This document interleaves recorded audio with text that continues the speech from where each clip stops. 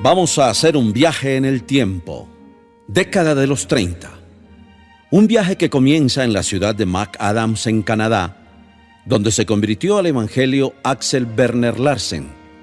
Era el año de 1932. Su conversión lo puso en la disyuntiva de venir a predicar el evangelio a Colombia, pues cuando escuchó a Carlos Berchtold preguntar quién vendría a nuestro país si Dios se lo pidiera, él levantó su mano en señal de aceptar el reto, pero no era aún bautizado. Después de 5 años, en 1937, ya casado con Abigail Gertrudis Staples y habiendo pastoreado una pequeña iglesia en Chipman, Wayne T. Sters confió en él y lo apoyó para que viniera como misionero. En Loma del Salado, en el oriente del país, tuvo su primer encuentro con la realidad. Él y su familia casi perecen en un incendio provocado por los enemigos del evangelio. Estaba de visita, así que no se quedó y se marchó a Bucaramanga. Comienza la predicación en medio de persecuciones y fallece su esposa, la que había dicho que con solo venir a Colombia a morir estaría satisfecha. Era 1938 y sus jefes le pedían que regresara, pero su carácter recio se impuso y dijo la frase célebre: «Un soldado ha caído, necesitamos refuerzos, manden más obreros». Había quedado viudo y con 2 niños. Su situación era difícil, pero Dios le proveyó una nueva compañera, Fayeta Barnard, con quien casó el 16 de diciembre de 1940. Ella lo acompañaría hasta su muerte en 1972. Década de los 40. Con Fayeta trabajó en Bucaramanga hasta 1942, cuando tuvieron que posponer un viaje a Norteamérica por motivo de la Segunda Guerra Mundial. Como iban a salir desde Barranquilla, allí tuvieron que quedarse y comenzar la segunda iglesia en el país. Pero James Elmer Ball y su esposa Grace Helen los habían reemplazado en Bucaramanga. Así que eran 2 iglesias a cargo de 2 misioneros. Sin embargo, ya establecida la United Pentecostal Church, llegaron más misioneros a nuestro país: Sally Lemons, Berta Carpentier, Stanford Johnston y los esposos William y Ruth Drost. En estas 2 iglesias, los niños eran muy importantes. El evangelio llegó al Valle del Cauca con el trabajo de Stanford Johnston en 1948, aunque su salud no le permitió desarrollar una labor como la que hubiera querido. Por eso, cuando Bill Drost fue a visitarlo con el fin de tomar su lugar, Stanford lanzó las frases: «Han llegado refuerzos, Dios seguramente los visitará». Década del 50. Y llega la década del 50, la que hemos considerado como la que preparaba el camino hacia la consolidación del trabajo de la iglesia. La obra seguía expandiéndose en medio de una violencia política que por momentos tomaba visos religiosos. Esta violencia cobró la vida de varios mártires en el área rural del Valle del Cauca. En esa misma región se producen los primeros bautismos y varios colombianos, Saúl Ramírez y Alfredo Montenegro, entre otros, comienzan a colaborar con el ministerio del hermano Drost.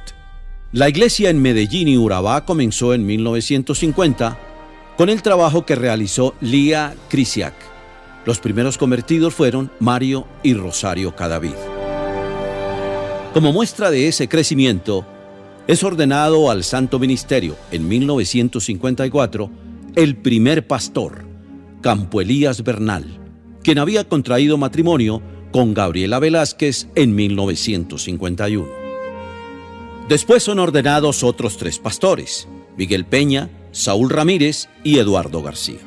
Pero no solo iba en aumento el número de pastores ordenados, sino que se iban fundando congregaciones, al punto que, al finalizar la década, había más de 60 iglesias locales. Asimismo, llegó el evangelio a la etnia arhuaca por medio del hermano Victoriano Verdugo. Iba tomando desarrollo la iglesia y se organizaron los departamentos de jóvenes y damas dorcas en 1958. Y la iglesia, como producto de la emigración por la violencia de algunos hermanos al Ecuador, y la predicación del Evangelio en esa nación, envió el primer misionero en 1959 al campo extranjero. Se trataba de Miguel Peña. En esta década aceptó el mensaje del nombre el misionero de la misión Santidad del Calvario, William Thompson, con su esposa Mary Ellen, y fue nombrado como misionero en nuestro país. Trabajó en Barranquilla, Bucaramanga y Bogotá. Década del 60. La década de los años 60 es la de la consolidación de la obra en Colombia, la que se da con base en el desplazamiento de creyentes a los barrios de invasión que se formaron en las ciudades. Se van formando congregaciones al punto que al finalizar la década hay registradas cerca de 250 iglesias, y milagros, sanidades y hechos portentosos son parte de la obra de Dios. Pero además son ordenados al santo ministerio un total de 15 ministros ordenados en un poco más de 25 años de predicación. Pero Axel Werner Larsen tenía visión misionera. No es sino recordar su famosa frase: somos salvos para servir. Y empezó a pensar en misiones a Bolivia, lo cual sucedió en 1965. Fueron enviados Ulises Rengifo y su esposa Ruby. En 1968 fueron enviados Álvaro Torres y su esposa a España junto con Isabel Torres. Fueron a trabajar con William Drost.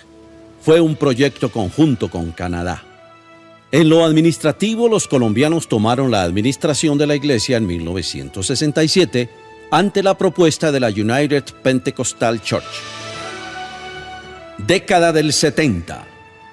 Y en medio de nuestro viaje, llegamos a los 40 años de la iglesia que se cumplieron en 1977.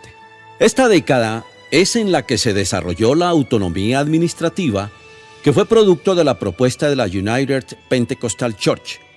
Esto trajo una serie de pasos administrativos que al final desembocaron en el establecimiento de un consistorio de ancianos de 12 miembros y después de 7. También se organizaron los distritos como subdivisiones de las regiones administrativas que existían. Se fundaban iglesias en las ciudades acorde con la urbanización que estaba sufriendo Colombia, pero continuaba la predicación del Evangelio en medio de tensiones debido al auge del narcotráfico y la guerrilla en los campos.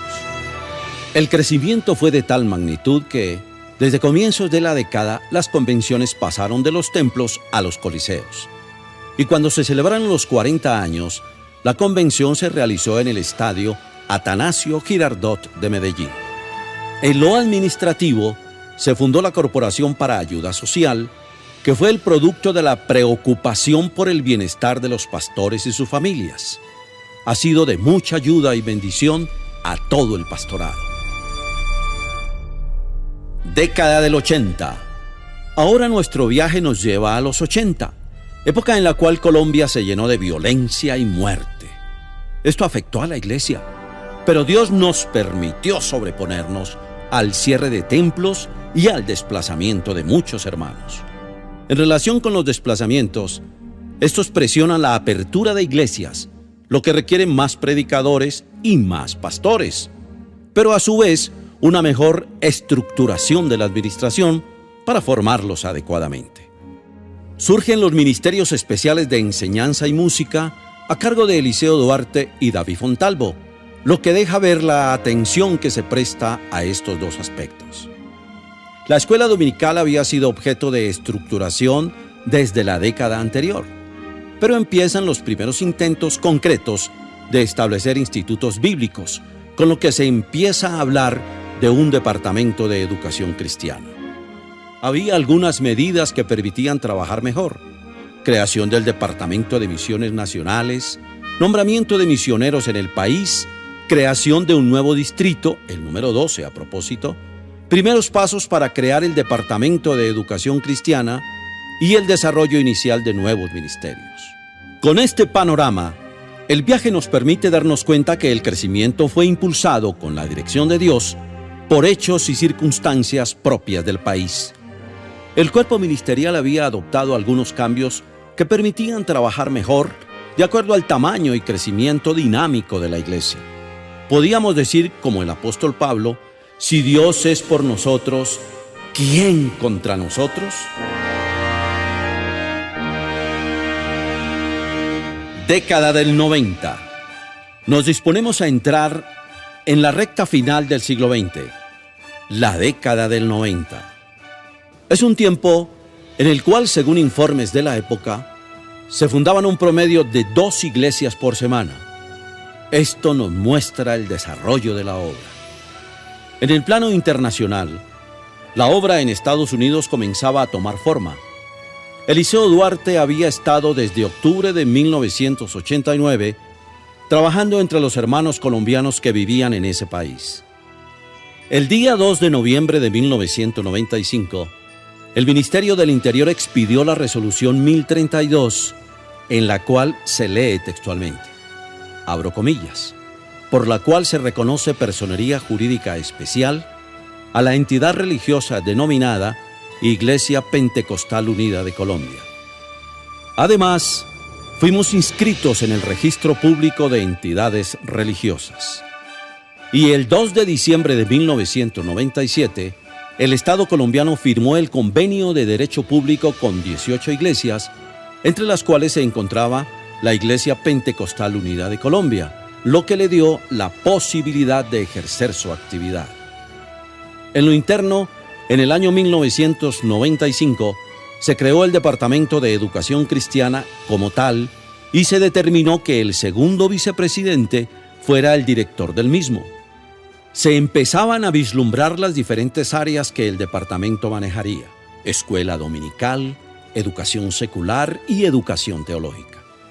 Posteriormente se añadirían el área de recursos educativos y la de música.